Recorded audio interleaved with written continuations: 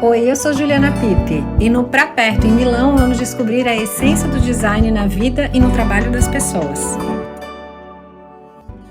Eu sempre acredito que boas conversas nos revelam histórias surpreendentes. E foi exatamente assim, entre um sorriso e um abraço gostoso, que fui recebida por Ricardo Gaioso em sua casa aqui em Milão. Um olhar afiado para o design, uma mente inquieta e um coração que pulsa pela curadoria e pela comunicação. Da infância em Goiânia ao cenário internacional, falamos sobre memória, transformações e o futuro do design. Vem comigo nessa troca cheia de ideias e emoção. Bom, que delícia estar aqui. Obrigada por me receber. Agora somos vizinhos, praticamente. Óbvio. Por um Vitine. Vitine.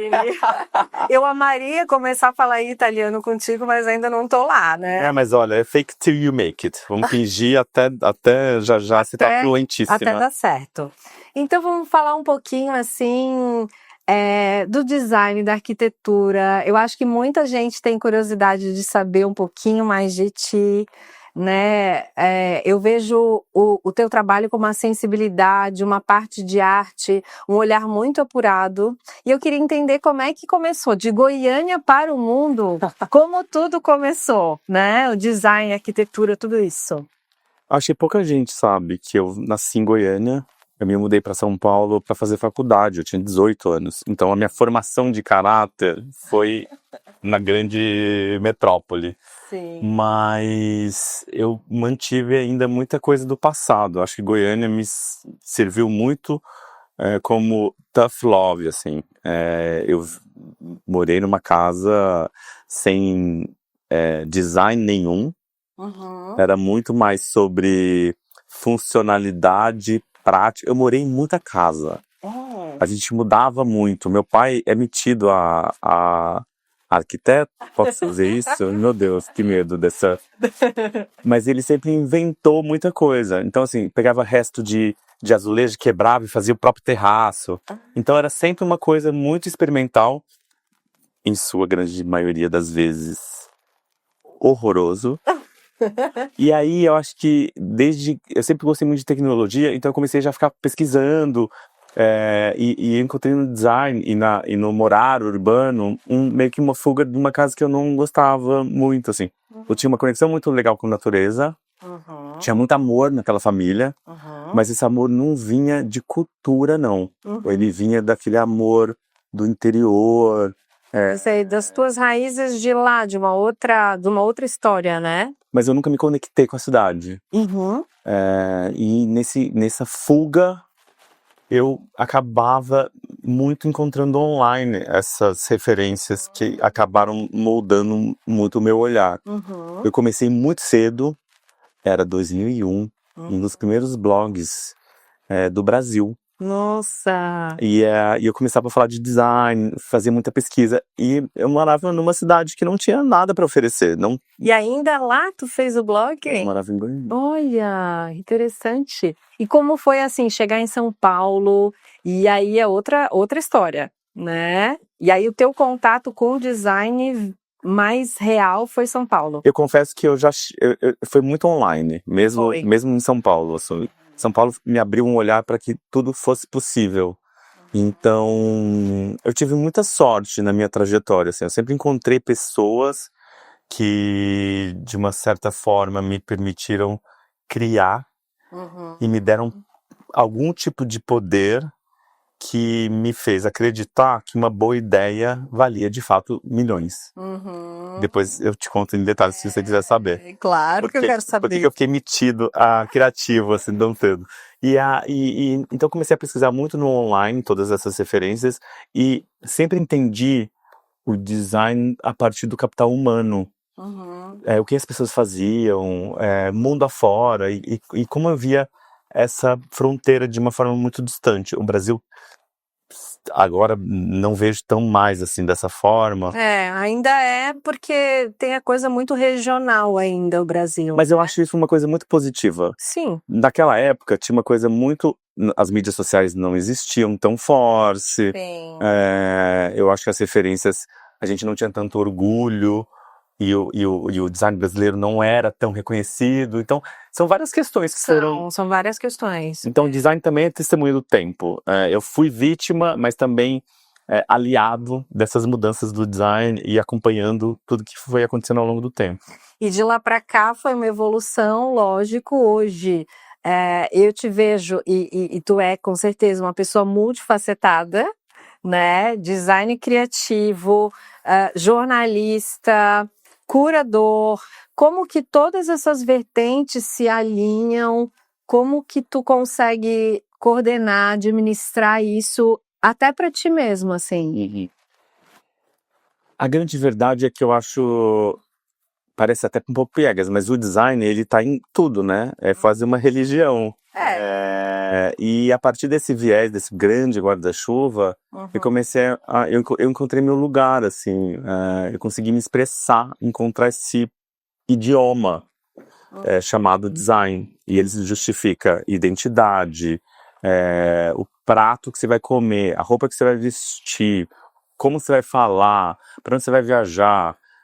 Tudo isso eu acho que me ajudou a encontrar uma forma de organizar as minhas loucuras, mas também a justificar o meu modo de pensar e de me expressar. Então, no final, eu acho que todas essas minhas passagens profissionais me moldaram, porque eu vim da escola do jornalismo. Numa época que o jornalismo era muito conectado com economia e política. Duas áreas que não têm um link direto com a minha personalidade. Então eu me encontrei um pouco perdido naquela época. Não me via entrando em jornal ou fazendo, embora eu tenha sido repórter mirim do Almanac em Goiás, com foto e tudo, posso te provar. Produção tem que achar essas fotos para ilustrar essa matéria. Com a franjinha aqui assim, que minha mãe mandava sempre essas fotos. Quando eu tava vindo para cá, eu tava pensando, quando que eu te conheci, de que forma, já nem me lembro mais. Eu não lembro também. Né? Mas porque tem muitos anos. Eu te conheci jornalista, e já te conheci assim como um jornalista com uma presença marcante no mercado, entende? Então assim foi bem interessante. Eu lembro assim, ainda é super jovem, claro, como eu, mas era um bebê, né? Mas eu acho que era porque numa época que eu acho que os editores eram mais velhos. Pode ser, mas eu lembro disso, assim, desse fator, sabe? Assim, quem é esse menino, sabe? Eu ouvia muito isso, tanto que as pessoas me chamavam de Ricardinho antes de Gaioso. Eu acho que quando eu fui fazer uma especialização fora, depois eu acabei a faculdade de jornalismo, eu fui fazer um mestrado, uma especialização de design em Paris. Nessa época, eu comecei já a cobrir feira de design na Europa, para revista do Brasil e revista de fora. Eu me comunicava bem inglês, então me virava, quando eu via eu já estava...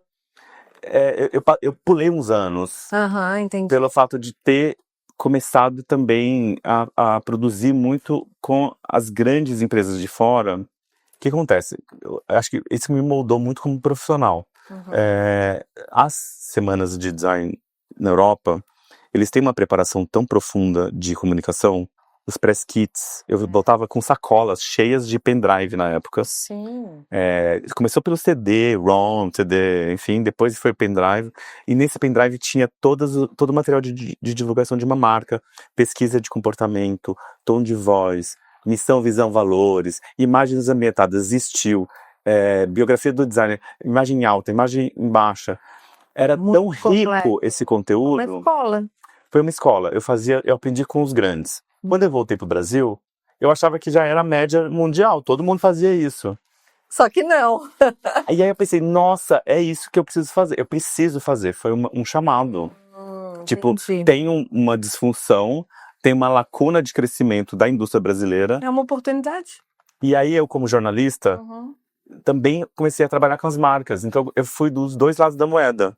Eu estava trabalhando como agência de comunicação, estratégia de comunicação para algumas marcas. Certo. E do outro lado, como jornalista, recebendo de todas as marcas. Então eu tive parece que eu estava entre fronteiras, produzindo e recebendo o que estava sendo produzido do mercado. Isso me deu uma visão privilegiada. Ampla também sobre tudo, né? Porque desde o mercado da marca até a comunicação e todos os trâmites. E aí, o que acontece? Tu inventou, criou, inaugurou o Piloto Milano, que esse ano vai para o seu 2º ano. Eu lembro ano passado de chegar aqui, foi a primeira coisa que eu vim pra cá, venho há muitos anos pra feira. Isso a gente se encontrou, eu lembro. E aí a gente se encontrou. Se eu não me engano, foi uma das primeiras alcovas. Isso, exato. Primeira não, porque tem 11 anos, eu acho, a alcova. A gente não tem tudo isso. Não, aquelas assim. Mas eu lembro, e ano passado, uma das coisas que eu mais queria vir era no Piloto, foi a primeira exposição que eu fui, e enfim, achei super assim, ousado, achei inovador, é um Brasil diferente um pouco do que a gente também tá acostumado a mostrar, então assim, queria saber de ti, como foi que surgiu essa ideia, como são as expectativas agora do 2º, me conta. Olha, muita coisa mudou em um ano, é impressionante. Embora essa seja a 2ª edição, esse projeto já está sendo gerado na minha cabeça já há pelo menos 10. Então, eu sempre quis, viajava e pensava, nossa, o Brasil não tem nenhum representante, nenhuma voz do design que eu vivo em São Paulo. Então, eu sempre achei um pouco destoante. Óbvio, a gente tem uma história do modernismo tão maravilhosa, Claro. Tem uma parte da brasilidade tão bem representada. Lógico. Mas essa outra etapa, que é um pouco uma fase um pouco mais nova, né? Muito nova, zigoto ainda, né? Muito embrionária, mas mais experimental e também menos fronteiriça. Eu acho que a gente também, como qualquer lugar no mundo hoje, urbano, polo urbano, bebe de fontes globais. Sem dúvida. São Paulo, Brasil, não está diferente ainda. Aliás, bem na frente, porque a gente é fome de rede social. Então, e também com uma indústria cada vez mais forte e presente e bem desenvolvida. Quem é que vai fazer isso? Alguém tem que tomar essa frente. Então, assim, já comecei já vim a Milão, pro Salone há 10 anos, pelo menos. Então, comecei a entender quem eram os players por trás da fiação desse céu aqui, né? Porque não dá para entender como que Milão consegue se justificar sendo, todo ano, cada vez mais a capital do design. Quem são os produtores? Quem são os grandes PRs? Quem é que faz esse circo acontecer? Quem é a engrenagem por trás? Então eu comecei em detalhe. Entender em detalhe. A primeira edição foi um sufoco. Eu entendi muito bem o que fazer, o que não fazer, como funciona, qual é o ideal. Então, esse ano, depois de ter conhecido e me jogado, sabe aquela frase, não sabia que era impossível, foi lá e fez. Foi bem mais complicado do que eu imaginava. Sim. Eu fui bem otimista, o que é bom. Agora eu tô muito realista e muito confortável. Porque esse ano vai ser o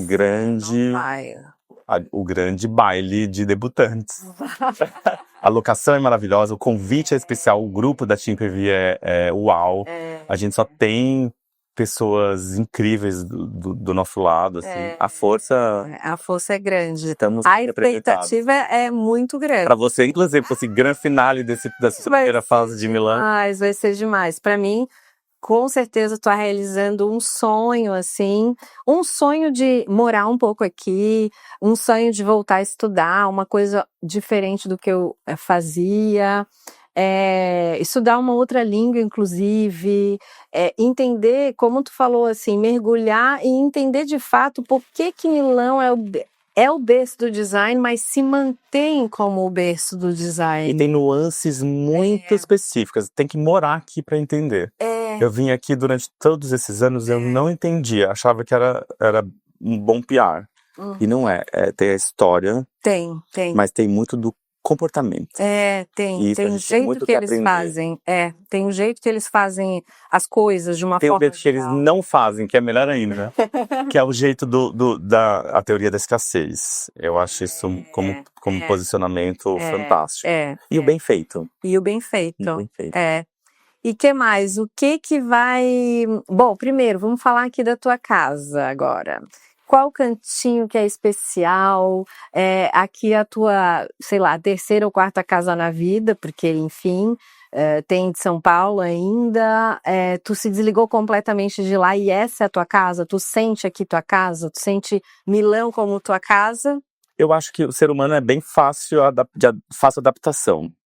Eu fiz uma mudança radical na minha vida. Eu realmente deixei, eu não encerrei um ciclo, porque eu não acredito em fronteira. Claro. Fronteira, como eu sempre falo, é ponto de partida, não é limite. Uhum. Então essa minha idas e vindas São Paulo-Milão continua muito forte. A minha vida é muito dupla. Uhum. Eu tenho vários projetos em São Paulo.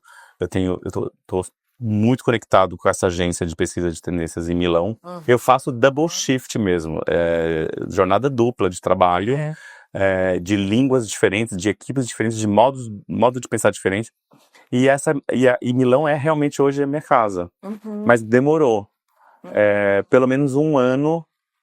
A língua, eu acho que realmente, por mais que pareça, soa muito parecido. Não, é difícil. É difícil, né? Acho que até pelo fato de a gente achar que é parecido, a gente se sente confortável e acaba falando errado, né? Mas tudo bem. É que eu sou Caxias, eu acho que eu fico sempre meio envergonhado. Eu já fiz a entrevista até meio em português, meio em inglês, meio em italiano e a coisa vai. Não vai, mas eu acordei um dia, igual filme de terror, Ju. Eu acordei fluente. Nossa. Eu não sei o que aconteceu. Foi uma bênção do cosmos, assim. E falando então da tua casa aqui, né? Tem um canto favorito? Eu amei. Cheguei aqui, olhei muito design, olhei algumas peças que estavam no piloto, né? Que, enfim... Eu não devolvo. Exatamente. Tu se apaixona. Eu me apaixono. Essa é a parte mais interessante de trabalhar com design. Que é a grande função do design hoje. A gente não precisa desenhar mais uma cadeira. Já existem todas as cadeiras necessárias do mundo. Talvez seja até palavrão. Mas a história do designer, né? O que tem por trás daquele processo de desenvolvimento daquela peça. Isso. E aqui o que tem aqui é exatamente isso. Tudo que eu tenho uma ligação emocional direta. Então, eu nem posso me dar o luxo de escolher um canto preferido. Porque eu entro aqui, esse é o meu canto preferido no mundo. Ai, que delícia. Então, eu acabei definindo e coligando, eu já pensando em italiano. Ligando diretamente uma atividade com cada canto. Então, se eu preciso ler um livro, eu tenho meu lugar favorito para aquela atividade. Se eu preciso assistir alguma coisa, se eu preciso comer, se eu preciso, enfim, autocuidado. Cada lugar dessa casa, ela conta já uma história. E eu mudo as coisas de lugar também. Muda? Até porque chega coisa nova. Então eu tô fazendo um projeto com um designer que fez uma mesa que eu amei. Essa mesa acaba entrando na minha coleção. A mesa entra, nossa, a poltrona tem que ir para outro lugar. E é impressionante o preço que isso traz na sua relação com a casa.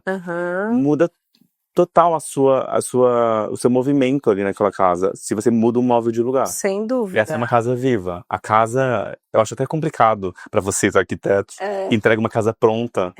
Eu fico assim, nossa, a minha casa, ela tá sempre, é um organismo vivo. Então ela sempre vai mudando a cada semana. Mas eu acho assim que tudo tem um pouco a ver com a tua vida, o teu lifestyle.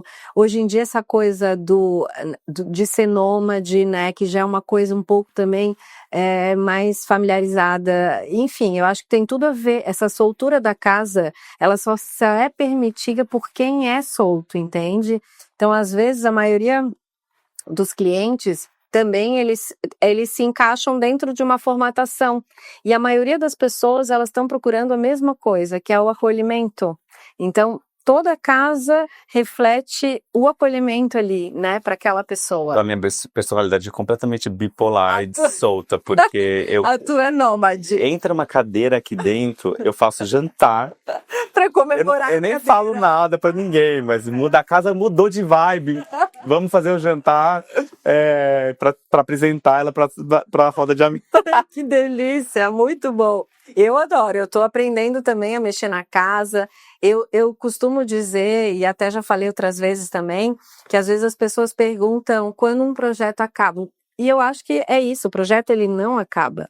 E a pessoa, às vezes, que te contrata, ela tem uma sensação de que acabou, mas não acabou, porque sempre vai ter uma viagem, sempre vai ter uma coisa interessante, sempre vai ter um outro móvel que entra num lugar. Enfim, eu acho que a casa, de verdade, ela é um organismo vivo. Nem que seja com o bibelô. Mas é isso, não precisa ser um móvel. Aqui em Milão tem uma coisa, a Itália tem muito essa ligação direta com um aniversário. Você faz uma festa, todo mundo traz presente. E como aqui todo mundo é arquiteto e trabalha com marcas, essa casa chegou... Assim, outro dia eu recebi uma bandeja pequena, assim, de porcelana, e que fica em cima da minha escrivaninha. É impressionante. Eu não te trouxe nada, porque primeiro eu queria entender qual é a vibe da sua casa. Mas tudo muda. Foi esse simples pratinho que eu uso para colocar o copo na mesa, mudou minha relação com o meu trabalho. Olha, que É impressionante. E falando de design, até pra gente fechar esse assunto que tá maravilhoso, passaria aqui horas com certeza. A gente já faz isso também, né? Mas a gente já faz. Mas assim, para onde tu acha que tá indo o design no mundo? Enfim, seja pela parte artística, seja por uma vertente mais do próprio business em si. O que tu enxerga nesse sentido? Tá mais pro comportamento? O que tu vê? Eu acabei de fazer uma ligação com um designer que eu adoro, que mora aqui em Milão há pelo menos 10 anos, o Gustavo Martino, sobre esse assunto. Os limites, de novo, as fronteiras imaginárias entre design e arte, se faz sentido ou não. E embora o assunto da sustentabilidade seja muito relevante, eu acho que o grande discurso, no geral, não só de design, mas como morar urbano, que engloba também a arquitetura, a arte e comportamento, sobre o contar de histórias. Então o design ele representa não só para mim, como eu tinha falado antes, mas eu vejo ele muito como um idioma, como um meio de comunicação de história, de testemunho do tempo, de veículo de um lugar no mundo. Então, talvez como uma linguagem de um período, de uma cultura.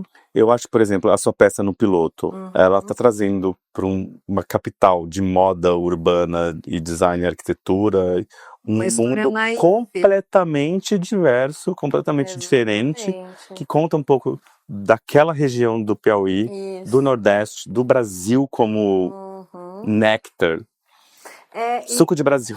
E muito assim, eu acho muito interessante, eu amo, né, a coisa do feito à mão, a minha pesquisa do feito à mão há anos e tudo mais.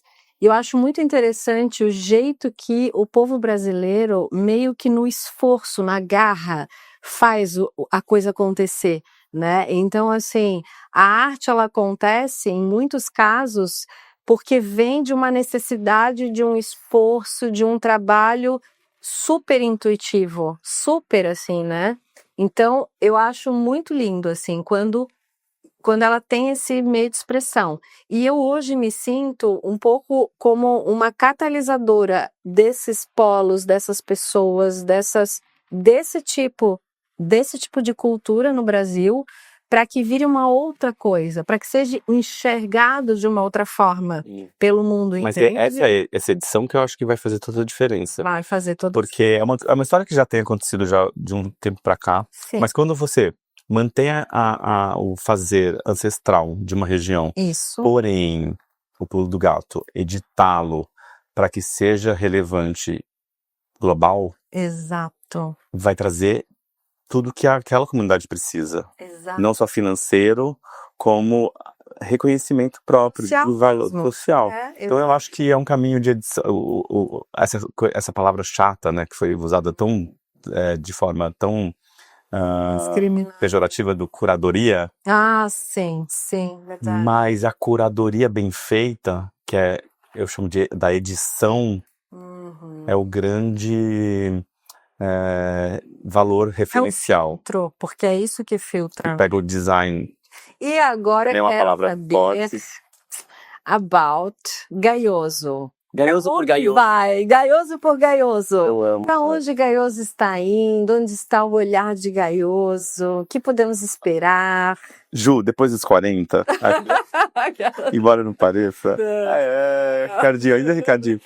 Depois dos 40, eu acho que eu tô pensando muito sobre projetos perenes. Estruturas perenes.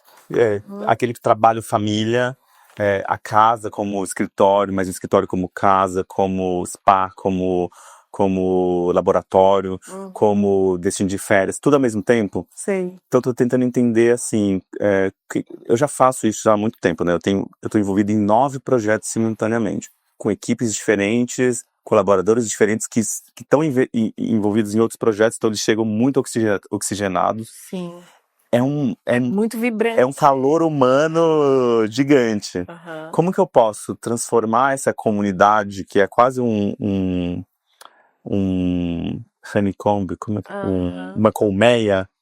Ai, não posso falar isso. Eu não posso usar inglês. Enfim, como que eu posso pegar essa colmeia de contatos e talentos e histórias e transformar isso em uma comunidade? Que é também uma palavra que eu acho que é muito importante hoje. E design é comunidade.